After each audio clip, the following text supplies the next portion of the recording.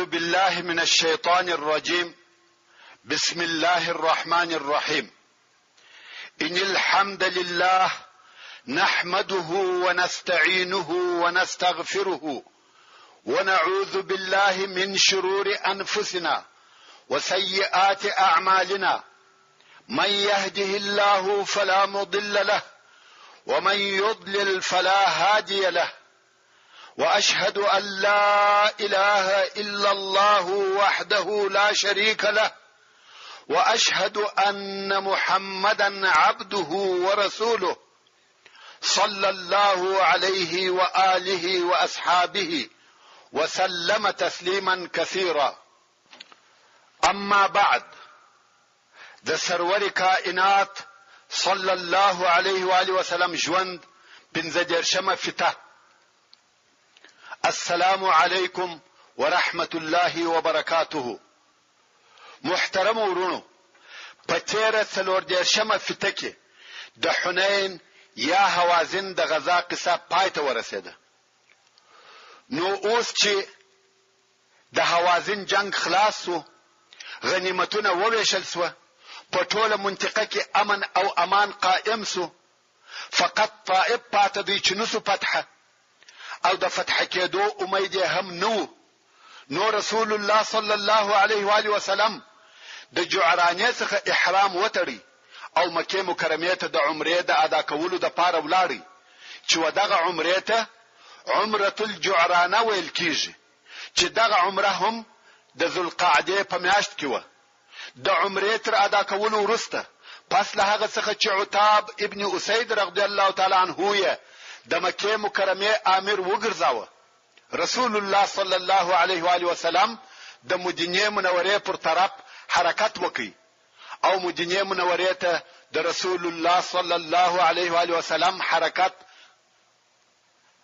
یا رجوع د هجرت د اتم کال د ذوالقعده د میاشتې پر 24 تاریخ و، او د ذوالحجه په اول ورځو کې رسول الله صلی الله علیه و آله وسلم مدینه منوره ته ورسېدی او دغه کال حج نکی ادا. سبحان الله. و مدینه منوره ته دغه رجوع چې الله جل جلاله یې د فتح او کامیابی تاج پر سر ور ایښی دی، او د هغه ورتګ چې ودغه شهر ته اته کاله د مخه ورغلی څونه فرق دی. هغه وخت د مکه مکرمه څخه په پټه تلی او دغه ځای د خلقو څخه یې امان غوښتي. په هغه ځای کې نابلده او بیگانه وو، د خلقو څخه یې انس او الفت غوښتي. د هغه ځای اهل یې عزت وکي، ځای یې ورکي او د نصرت یې وکي، او د هغه نور متابعت یې وکي چې د علیه الصلاة والسلام سره نازل شوی وو، او د علیه الصلاة والسلام د پاره د ټولو خلقو دشمنی قبول کړه.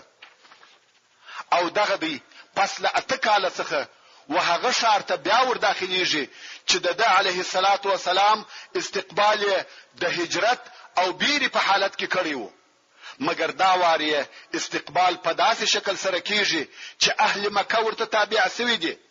خپل کبریا او جاهلیت د علیه الصلاة والسلام په پښو کې غورځولې دي، چې د علیه الصلاة والسلام یې په اسلام سره معززه کې او تر پخوانیو خطاو ورتیر سي. الله جل جلاله د سورة یوسف په 9 نمبر آیات کې فرمایي: انه من يتقي ويصبر فإن الله لا يضيع اجر المحسنين. یعنی بشک هر هغه څوک چې د الله جل جلاله څخه وبېریږي او صبر وکي، د طاعت پر تکالیف صبر وکي، پر مصیبت صبر وکي، د معصیت یا گناه د لذت څخه صبر وکي، نو بشک چې الله جل جلاله د نیکوکارانو اجر نه ضایع کوي. مکه مکرمه فتح سوه، د مسلمانانو تر امر لاندې او تابع سوه.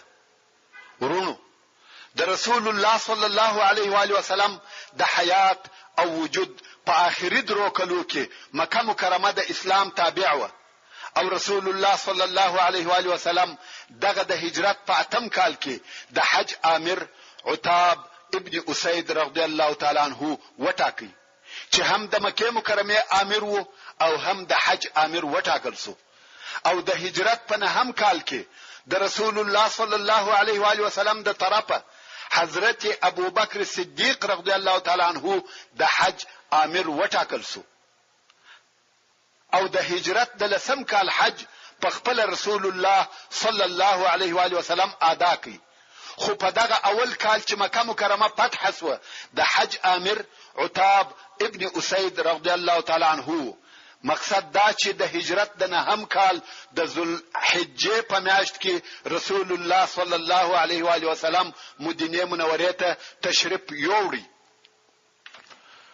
ورونو د حنین د غزا څخه هم لکه د رسول الله صلی الله علیه و آله وسلم نور ژوند ډیر شرعي احکام عبرتونه او نصيحتونه راوځي چې زبر د هغو څخه څو مهم ټکي درته بیان کوم. اول، د حنین غزا د اسلامي عقیده یو درس دی چې یو مسلمان باید پر اسباب توکل او اعتماد ونکړي، بلکې د یو مسلمان ټول توکل او اعتماد باید پر یو الله جل جلاله وي. هو د اسباب برابرول یو لازمی کار دی، مګر پر هغو توکل او اعتماد کول د اسلامي عقیده څخه مخالفه دي. لکه څنګه چې دغه درس د بدر په غزا کې هم موجود وو. کوم وخت چې د بدر غزا و مسلمانانو دا ومنل چې د دشمن په مقابل کې د دوی لږوالي دوی ته ضرر نه ورسوي، په دې شرط چې دوی صابرین او متقین وي. او د حنین غزا و مسلمانانو ته دا ور ثابت کړه چې دوی صابرین او متقین نه وي د دوی ډیروالی و دوی ته فائدہ نه ورسوي. لکه څنګه چې الله جل جلاله هم په دغه باره کې آیاتونه نازل کړه. د بدر په غزا کې د الله جل جلاله د طرفه مسلمانانو ته وویل سو که تاسو متقین او صابرین یاست ضرر نه درسیږي.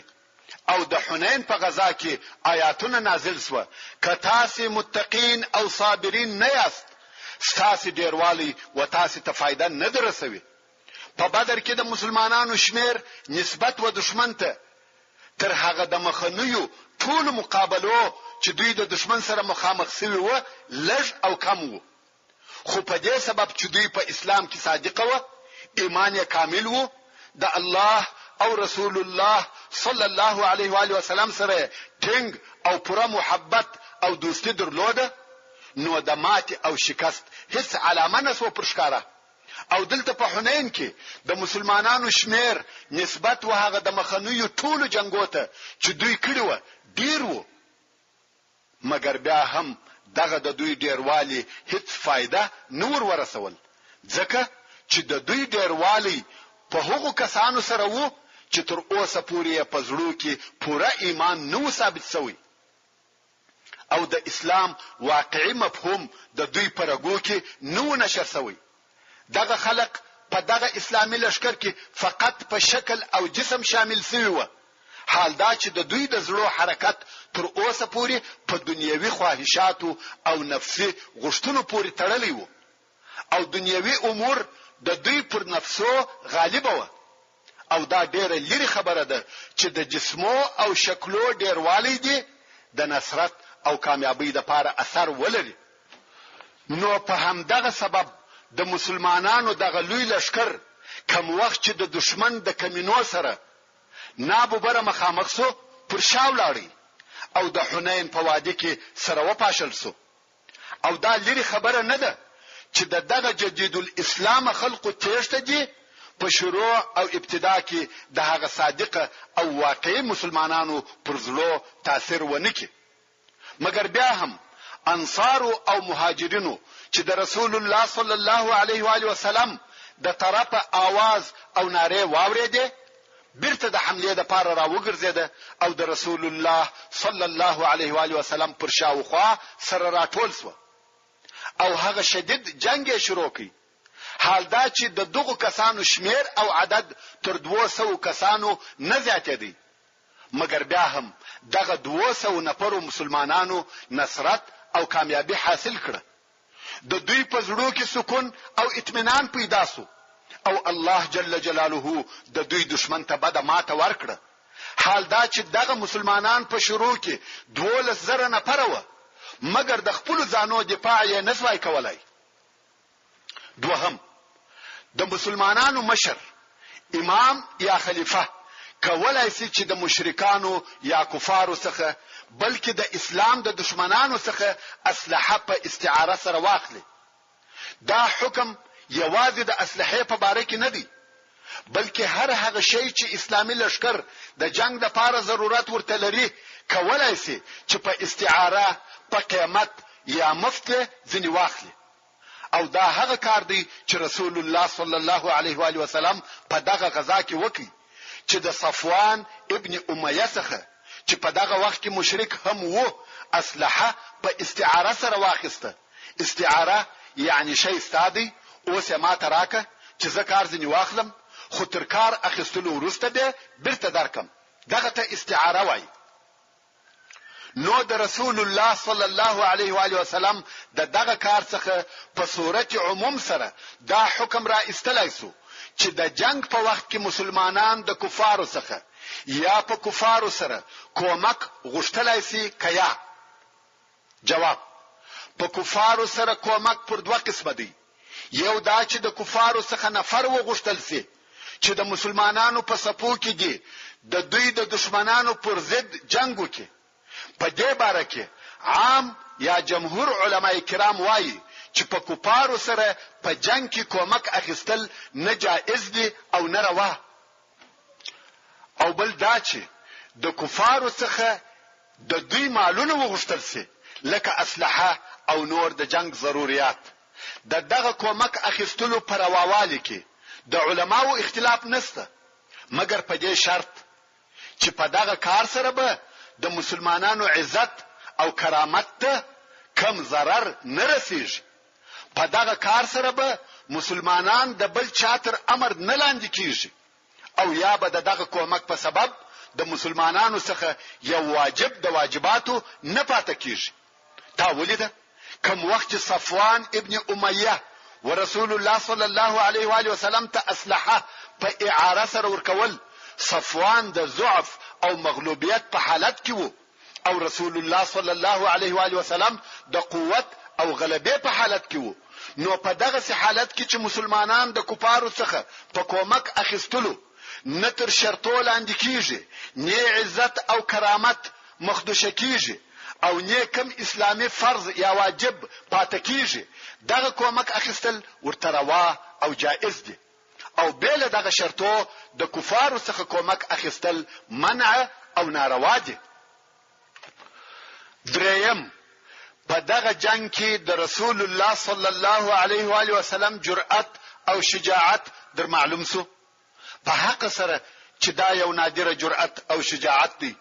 ټول خلق د حنین په شیلو کې سره وپاشل سو، د جنگ و میدان ته په چیرته سره شاوی ور وګرځولې.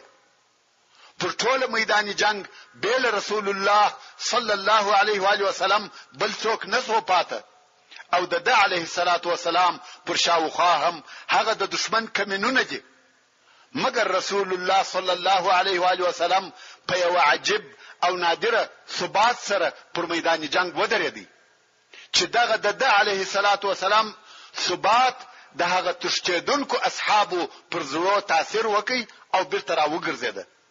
ابن کثیر رحمه الله په خپل تفسیر کې وایي دا د پوره شجاعت هغه انتهایی درجه ده چې په دغه ورځ د دشمن په مابین کې حال دا چې د علیه الصلاۃ والسلام لشکر دې هم ځنې تللی وي او د علیه الصلاۃ والسلام دې پر غاتره سپور وي.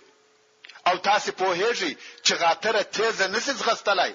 غاتره په جنگ کې نه د تیشتي ورده نه د حمله، خو رسول الله صلی الله علیه و آله وسلم دغه غاتره د دشمن پر طرف ورزغلوي او خپل نوم دې هم یادوي او وایي انا نبی لا کذب انا ابن عبد المطلب.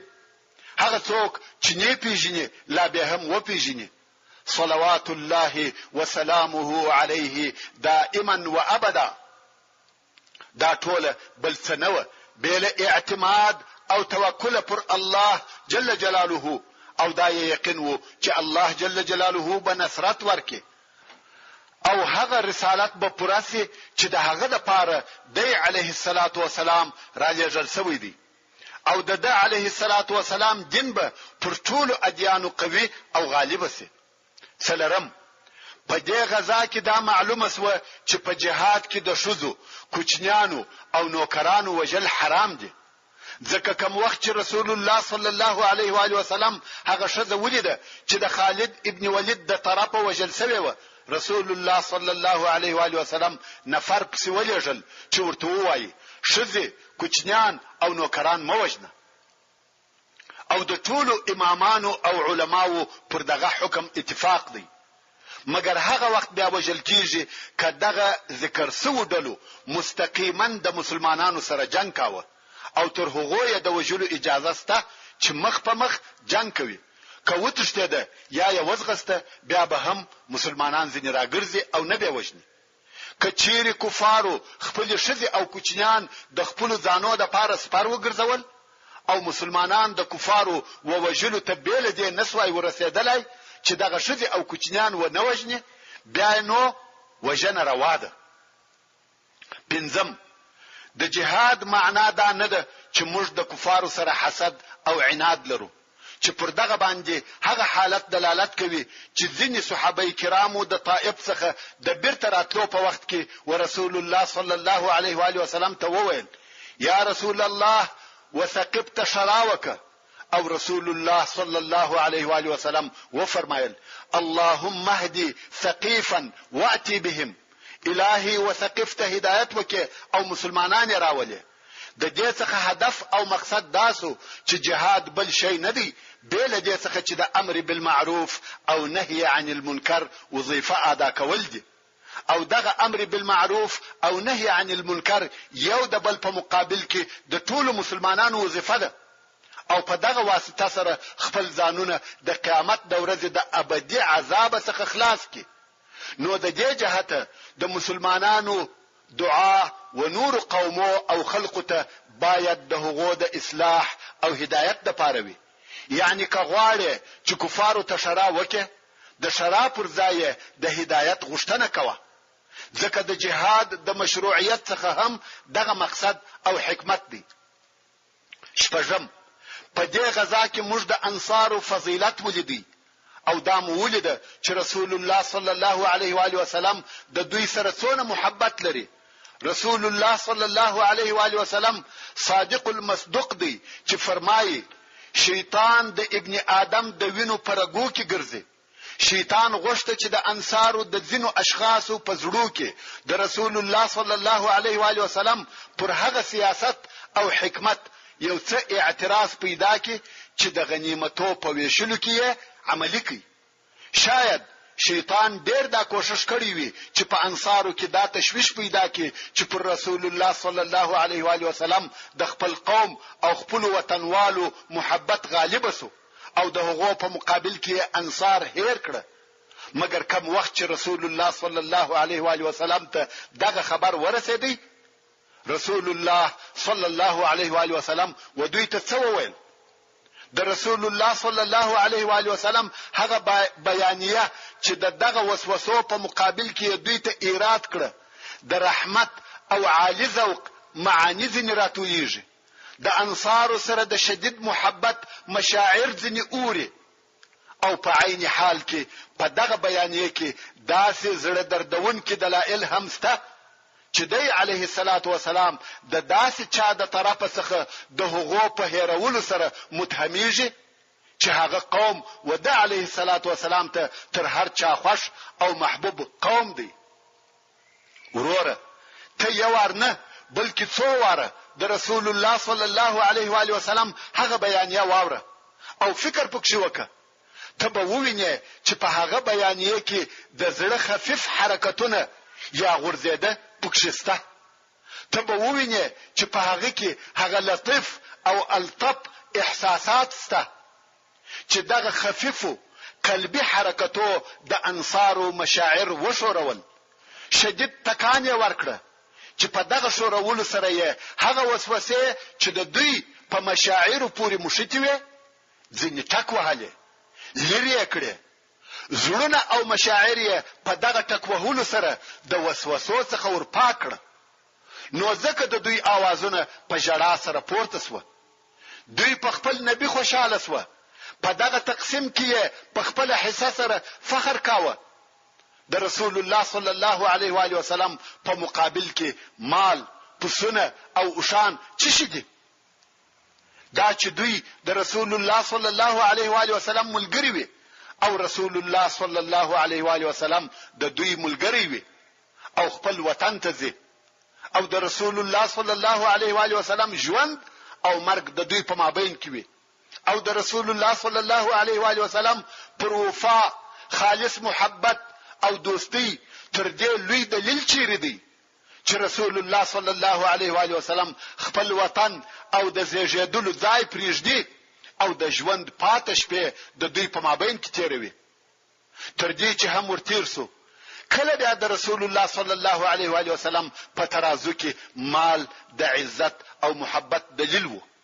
یعنی دا چې رسول الله صلی الله علیه و آله وسلم و چاته مال ورکي هغه پروګرام دی او کې چاته مال ورنکي نو هغه هیر کی او محبت نور سره لري.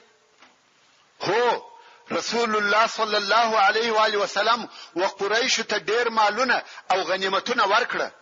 آیا دغه مالو څخه د خپل ځان د پاره هم یو شی کښېښاوه او کې خپل ځان هم لکه انصار په خالی لاس وېستي؟ هغه خمس چې الله جل جلاله یې د مصرفولو اختیار د رسول الله صلی الله علیه و آله وسلم په لاس کې ایښی وو، هغه دغه شاوخوا پر اعراب وویشي: صلی الله علیک یا سیدی یا رسول الله وعلى اصحابك البرره من الانصار والمهاجرين وجمعنا تحت لوائك المحمود وجعلنا مع اولئك الذين سيلقونك على الحوض يوم القيامه. ورونو د رسول الله صلی الله علیه و آله وسلم د هر ورځ د اقوال او اعمال څخه پسلهاو احکام، عبرتونه او نصيحتونه راوځي او را استل کېدلای شي. خو زبه په دغه لږ کفایت وکم. په دغه وخت کې چې رسول الله صلی الله علیه و آله وسلم د حنین د غزا او د جعرانیه د عمره څخه بیرته مدینه منوره ته ولاړی، یو لوی حادثه پیښ شوه چې دغه حادثه پر بنی ثقيف او اهل طائف ډیر لوی اثر وکړي.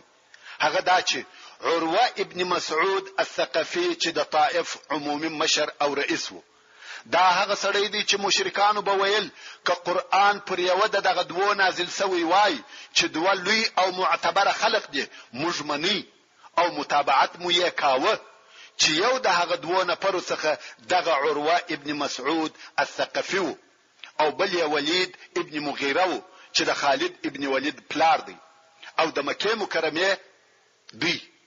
او الله جل جلاله دغه د مشرکانو قول په قران مجید کې ذکر کړي او بیان کړي دي چې د سوره الزخرف په 11 نمبر آیات کې فرمایي: وقالوا لولا نزل هذا القرآن على رجل من القريتين عظيم. یعنی کفار بویل ولی نو نازل دغه قرآن پر یو سړی دغه دوه قریو چې مکه مکرمه او طائف دي، چې دغه سړی هم ډیر لوی دی، چې په مکه مکرمه کې ولید مقصد وو او په طائف کې عروه مقصد وو. دا په عربو کې د عروه درجه او مقام وو، لکه څنګه چې د مخه مدرته وویل د مکه مکرمه په فتح کې، د حنین په غزا کې، د طائف په محاصره کې، دغه ټول واقعات په جریان کې عروه نو موجود. دی و اردن ته په سفر تللی وو چې د ثقيل اسلحه جوړول زده کې او دغه ټول کارونه د په غیاب کې پیښ شو. دغه عروه ابن مسعود دغه خپل سفر څخه د بیرته راتګ په حال کې وو چې دغه حالات ټول ورته وویل شو. مکه مکرمه فتح شو، ثقيف او حوازن ماته وخوړه، طائف محاصره شو. ټول حالات په تفصیل سره ورته بیان شو. دغه حالات په اوریدلو د عروه وزارت اسلام نه نوتی، نو طائف ته نه ولاړی بلکې مدینه منوره ته ولاړی. یعنی د اردن څخه د رجوع او بیرته راتګ د طائف په عوض مدینه منوره ته و. او هلته د رسول الله صلی الله علیه و آله وسلم په حضور خپل اسلام اعلان کړي. رسول الله صلی الله علیه وسلم د په اسلام ډیر خوشاله سو، ځکه د عربو ډیر لوی مشر و اسلام ته داخل سو.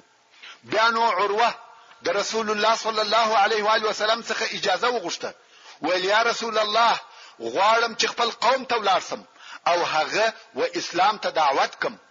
رسول الله صلی الله علیه و آله وسلم ته د اهل طائف عناد ورمعلوم و عروه رضی الله تعالی عنه ته وویل کته مسلمان ورسه وجنی دي.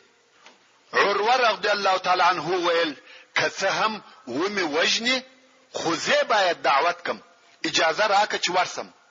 رسول الله صلی الله علیه و آله وسلم په تکرار سره ورته وویل وجنی دي.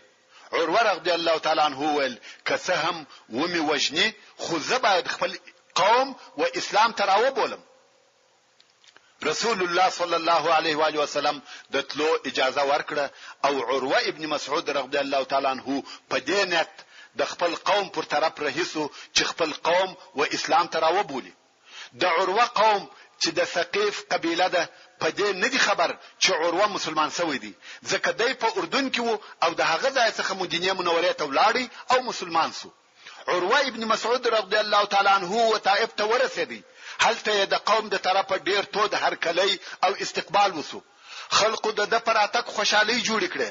د طائف د مشرانو دا عادت وو چې د سفر څخه براغله اول به هغه خپل بت لات تورتله سجده به ورته کول، ځان به د تبرک د پاره پوری مشي، بیا به کوروته تله. یعنی د مخه تر دې چې کوړته ولارسي د دوی په اصطلاح ربته به ورتله. مگر عروه ابن مسعود رضی الله تعالی عنہ چې را ورسېدی خلقو یې استقبال وکي، دی ربته نه ورغلی بلکې خپل کور ته ولاړی. خلق په تعجب کې سو. بیا یې سره وویل د اوږده سفر څخه راغلی دی، شاید ستړی وي. یو ورځ وروسته د عروه د پاره لو مهمانی جوړ شو. د ثقيف ټول مشران ورسره ناست دي.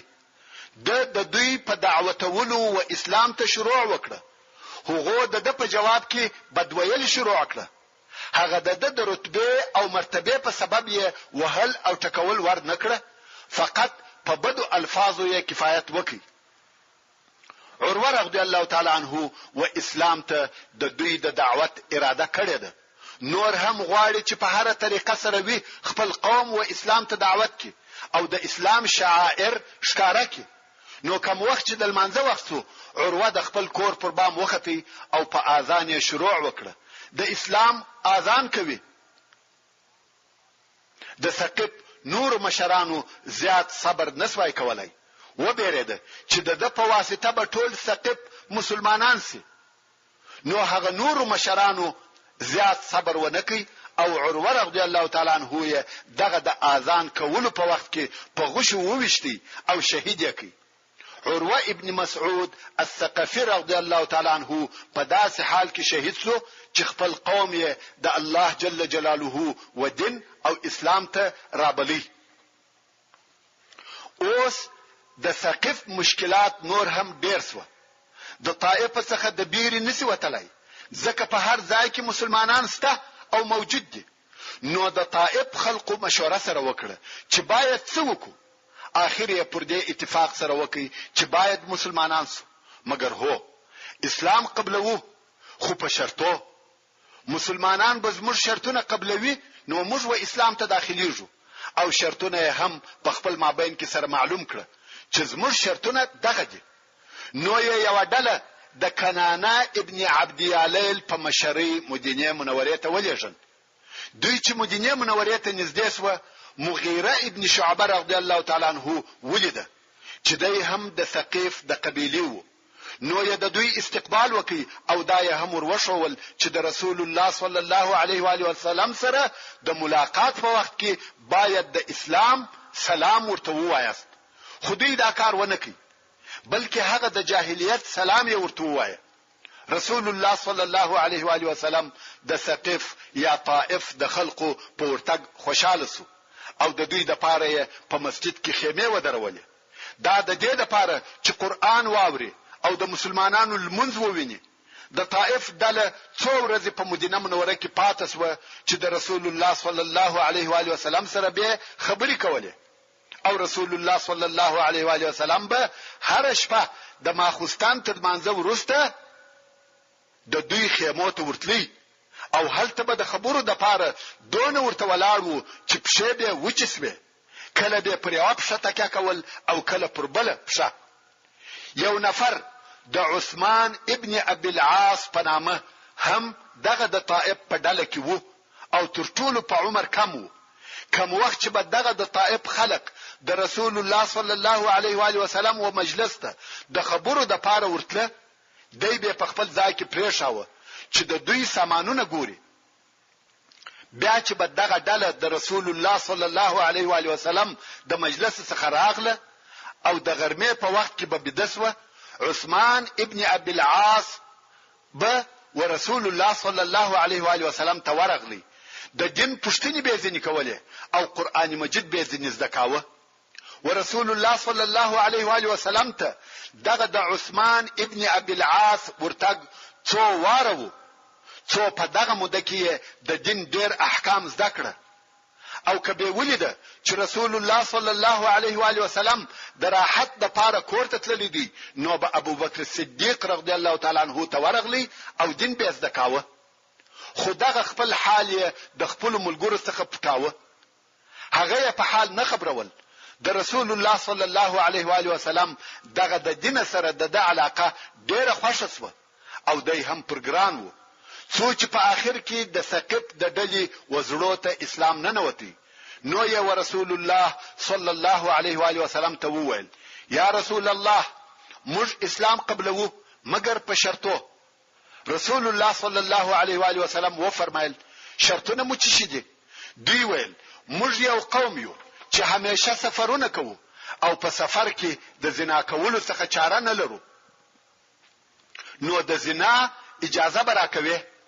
رسول الله صلی الله علیه و آله وسلم و فرمایل هغه دین چې په هغه کې زنا وي هغه دین نه دی. الله جل جلاله فرمایي ولا تقربوا الزنا انه كان فاحشه وساء سبيلا. زنا ته مور نږدې کېږي بشکه چې دغه زنا فاحش کار او بدلار ده. اهل طائف ویل نو نه مسلمانېږو. رسول الله صلی الله علیه و آله وسلم و فرمایل زه هم داسې اسلام نه در څخه قبلوم چې په هغه کې د زنا وي. دا ډله ولاړه سوه او بیا مشوره سره وکړه ویل تر زنا به تیر سو. بیا راغله ویل یا رسول الله مسلمانېږو په دې شرط چې د شراب چښلو اجازه به راکوي ځکه دغه شراب زموږ د مځکې شربت دی موږ د هغه څخه چاره نه لرو. رسول الله صلی الله علیه و آله وسلم و فرمایل شراب الله جل جلاله حرام کړی دی و هیڅ چاته د هغه د چښلو اجازه نور کوم. رسول الله صلی الله علیه و آله وسلم پر اسلام او د هغه پر احکامو ټینګ ورته ولاړ دی تر هیڅ شي نور تیریږي. دوی ولارسي هلته مشوره وکي او بیا راسي خو فائدہ نه لري. بل وار بیا راغله او ویل یا رسول الله تر هغه نور خبرو به مش تیر سو مگر د سود یا ربا اجازه براته کوي. رسول الله صلی الله علیه و آله وسلم و فرمایل بلا قید او شرط به مسلمانېږي. هر هغه شی چې الله جل جلاله حرام کړی دی هغه حرام دی. د الله جل جلاله په دین کې تر هیڅ شي نسم تیرېدلای. اهل طائف بیا ولارسوه او پس له مشورې بیا راغله ویل یا رسول الله اسلام قبلو صحیح ده زنا را باندې حرامه که شراب او سود را باندې حرام که مگر المنذ را معاف که المنذونه نکو. رسول الله صلی الله علیه و آله وسلم و فرمایل په هر هغه دین کې چې المنذ نوي خیر پکښ نسته. اهل طائف لاړه او پس له مشورې بیا راغله ویل یا رسول الله اسلام قبلو زنا شراب ربا را باندې حرام که المنذونه هم کوو فقط ربه یعنی هغه بت لات هغه چې د دوی معبود بت وو مرا باندې حرامه و یوازې لات را پرېږده. رسول الله صلی الله علیه و آله وسلم و فرمایل یا والله هیڅ کله به در پرې نږدم موږ په هیڅ شکل او هیڅ صورت بوتان نه قبلو او نه پرېږدو. اهل طائف وایي ته زموږ اله ربه نړوې؟ رسول الله صلی الله علیه و آله وسلم وفرمایل هو نړوم او ماتوم یې. دوی بیا ولاړه مشوره سره وکړه، ویل ده چې هیڅ شرط نه قبليږي او څه په وسه هم نه ده پوره، ځکه طائف د هرې خوا محاصره دي. طائف داسې ځای نه دی لکه نورې لري قبیله، بلکې طائف و مکه مکرمه ته ډیر نږدې دي او مکه مکرمه هم د مسلمانانو تر تصرف لاندې ده. اهل طائف ولیده چې بیل تسلیمېدو بل لار نه ده پات. پس له مشورې راغله او ویل یا رسول الله موږ اسلام ته داخليږو، خو فقط دغه یو شرط مو ومنه. رسول الله صلی الله علیه و آله وسلم و فرمایل هغه شرط مو څه شدی؟ ویل هغه دا چې ربه لات هغه د دوی بت موږ نه نړو، بل څوک به نړوي. رسول الله صلی الله علیه و آله وسلم و فرمایل هو دا شرط مو منم، بل څوک به درولېږم چې وې نړوي. بیا نو د طائف دلی د رسول الله صلی الله علیه و آله وسلم څخه د تلو اجازه واخیسته. رسول الله صلی الله علیه و آله وسلم هم اجازه ورکړه. د دوی عزت وکي او په ښه طریقه سره یې رخصت کړه او د دوی امیر یې عثمان ابن ابي العاص رضی الله تعالی عنہ وټاکي. ځکه رسول الله صلی الله علیه و آله وسلم د اسلام پر زده کولو د هغه حرص ولیدي او په دغه وخت کې د قران مجید څو سورته هم په یاد کړی و. بیا نو رسول الله صلی الله علیه و آله وسلم په دوی پسې وډاله د هغه ربه یالات د نړولو او ماتولو د پاره ورولېږل چې دغه ډلې مشر خالد ابن ولید رضی الله تعالی عنہ او په دې ډله کې مغیره ابن شعبه رضی الله تعالی عنہ، ابو سفیان ابن حرب رضی الله تعالی عنہ هم و چې هغه د دوی رب ورونړوي. د رب د نړولو په وخت کې د طائف شذ راووته او پر هغه خپل معبود په حسرت سره جړل چې نړول کیږي. مغیره ابن شعبه رضی الله تعالی عنہ کولنګ واخستی او خپل ملګرو ته وویل والله نن ورځ به مو پر ثقيف وخندوم. نو هغه د بت د خونې دروازې ته چې اول کولنګ ور سره کوي خپل ځان پر ځکه واچاوه او لغړي. یو ور په اهل طائف کې نارې شوه چې الله مغیره ورکی او ربا ووشي. مغیره ابن شعبه رضی الله تعالی عنہ برته جګ ودرېدی او ول الله مخوارکه دغه بت د بری او کودر کې دی او بیا د هغه خونې دروازه ووهل او ماته کړه. د مغیره ابن شعبه رضی الله تعالی عنہ کولنګ پلاس کې دی او بت وهي. هر واره چې پر وکی ابو سفیان د هغه شذ د غم او جړا پېښې کوي او د هر واره سره ودغه بت توایي آهن لک واهن لک. د طائف خلق ویل اوس ورته ګوري چې ربا ونړاوه نو موږ اسلام ته داخليږو او که ربا دی ووجي نو اسلام نه قبلو، دوی سره پېژدي. اوس نو ټول اهل طائف او ثقيف سره راټول سوي دي و مغیره ابن شعبه رضی الله تعالی عنہ ته ګوري چې څه ورته پېښیږي. مغیره ابن شعبه رضی الله تعالی عنہ د بت په وهلو او نړولو شروع وکړه او هغه د دوی په حضور مات او ټوک ټوکی او د دوی هغه اله او معبود یې ورمات کی چې په سوو کلو یې د هغه عبادت کړی وو. کوم وخت چې ربه یالات مات او ونړول سو نو اهل طائف ټول و اسلام ته داخل سو. د رسول الله صلی الله علیه و آله وسلم هغه دعا قبول سوی و چې ویل اللهم اهدي ثقيفا واتي بهم. اوس نو د عربو لوی لوی قبیله اسلام ته داخل سوی چې د هغې جملې څخه یو هم د ثقيف قبیله و. ستابه په یاد وي دا هغه ثقيف یا اهل طائف دي چې رسول الله صلی الله علیه و آله وسلم د دعوت لپاره هلته ورغلی وو او دوی په ډیره بده طریقه سره استقبال وکړي او په ډیره بد اخلاق سره د خپل شار څخه وېستي. خپل کوچنیان او ناپوهان امر کړ چې رسول الله صلی الله علیه و آله وسلم په دبر ولي او پسخندونه په وهي پر مبارک پښوی په دبرو وشتي او د علیه الصلاۃ والسلام د پښو څخه ویني بهیدلې. دا هغه ثقيف دی او نن ورځ مدینه منورې ته ورغله د الله جل جلاله دین ته په صداقت او اطاعت سره داخل شو. ستابه په یاد وي په کومه ورځ چې رسول الله صلی الله علیه و آله وسلم د طائف څخه بیرته مکه مکرمه ته تللی، زید ابن حارثه رضی الله تعالی عنه چې د رسول الله صلی الله علیه و آله وسلم ملګری وو او ورته ویل یا رسول الله ته څنګه مکه ته ورځې؟ او دوی ځنی ویستله.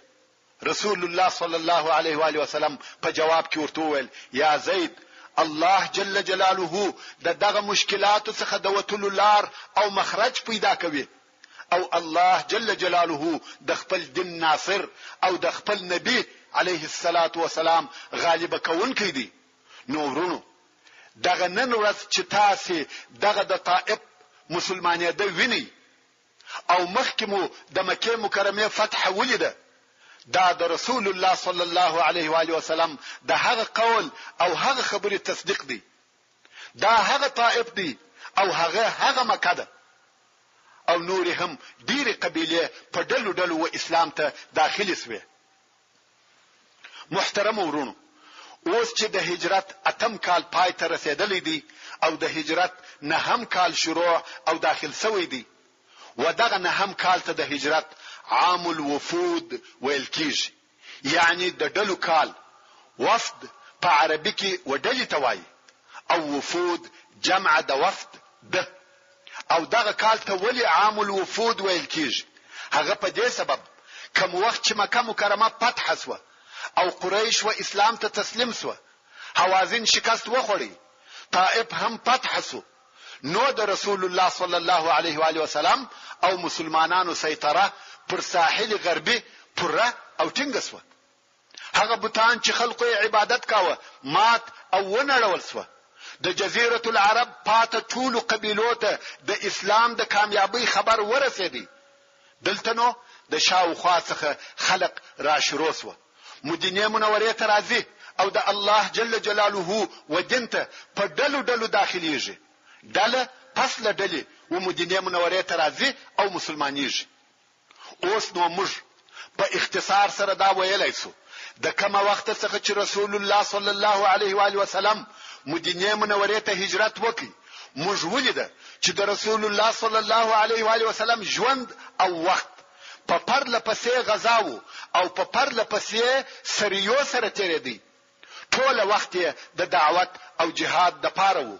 رسول الله صلی الله علیه و آله وسلم د جزیره العرب پر ډېر حصہ تسلط پیدا کړ او د جزیره العرب ډېر خلق مسلمانان شو. د هجرت په اتم کال کې مکه مکرمه فتح شوه. حوازن په هغه لوی جنگ کې چې د حنین جنگ وو ماته وخوړه. د حوازن هغه کسان چې د حنین په جنگ کې وتښتیدل د مسلمانانو د طرفه تعقیب او په طائف کې محاصره شوه، مگر د الله جل جلاله د طرفه د طائف د فتح اجازه نه وسوي. نو طائف نسو فتح او مسلمانانو د ذوالحجه په میاشت کې د عتاب ابن اسید رضی الله تعالی عنه په مشرتابه حج ادا کړ. د هجرت اتم کال په دغه واقعاتو سره پای ته ورسېدی او بیا د هجرت نهم کال داخل شو. هغه کال چې د سیرت په کتابو کې عام الوفود ورته ویل کیږي، هغه چې د مسلمانېدو د پاره پرله پسې ډلې مدینه منورې ته راتلې. د هجرت د نهم کال د رجب په میاشت کې د تبوک غزا پیښه شوه، مگر هغه ډلې چې مدینه منورې ته د اسلام راوړلو د پاره راتلې ډېر زیات ډلې راغلي دي او مؤرخینو د تاریخ په کتابو کې دغه ډلو دقیق تاریخ یعنی د ورځې او میاشتې معین تاریخ نه دی ذکر کړی. خو یقیني خبره ده چې ځینې ډلې د تبوک تر غزا د مخه راغلي دي او ځینې ډلې د تبوک تر غزا وروسته راغلي دي. او د تبوک غزا د هجرت د نهم کال په مابین کې و چې د رجب میاشت و. نو اول به د تبوک د غزا بیان درته وکم او بیا به د ډلو بیان وکم، ځکه د ډلو معین تاریخ لکه د مخه چې مو وویل نه دی معلوم. خو بیا هم د کعب ابن زهیر ابن سلمہ د اسلام قصه په یقیني ډول سره د هجرت د نهم کال په شروع کې و چې هغه قصه داسې ده. کعب ابن زهیر په خپل شاعر او د عربو د هغه مشهور او لوی شاعر زوی دی. خدای مشرک وو او په اشعارو کې به د رسول الله صلی الله علیه و آله وسلم ذم او حج وویل. خو په عین وخت کې دغه کعب ورور بجیر ابن زهیر مسلمان وو. نو دغه مسلمان ورور وهغه مشرک کعب ته لیک او رساله ورولېږل چې رسول الله صلی الله علیه و آله وسلم د هغه ټول شاعرانو په وجلو امر کړی دی کوم چې په اشعارو کې د رسول الله صلی الله علیه و آله وسلم بد او ذم ویلی وي. بل هغه کسانو څخه چې اسلام ته داخل سي او توبه وکړي هغه ته عفو کوي. نو زما وتا ته دغه نصيحت دی چې مدینه منوره ته مسلمان او توبه کوونکی راسه نو بخلاص سي کنه نو د خپل ځان د ژوندۍ پاتې کېدو د پاره دی بل ځای وګوره. په جزیره العرب کې ژوند نسې کولای. کعب یوازې دا نه چې د ورور نصيحت نه کوي قبول بلکې په جواب کې داسې اشعار ورولېږل چې په هغه کې خپل ورور په مسلمانېدو ملامتاوه چې ته وداسې دین ته ور اوښتې یې چې نه دی پلار او نه دی مور پر هغه دین و او نه دی ورور پر هغه دین دی. بجیر رضی الله تعالی عنہ دغه د مشرک کعب اشعار ورسول الله صلی الله علیه و آله وسلم ته وویل. رسول الله صلی الله علیه و آله وسلم په قهر سو او د کعب په وجلو سره امر وکړ. بجیر رضی الله تعالی عنہ دوهم وار بیا لطفا فتا واړو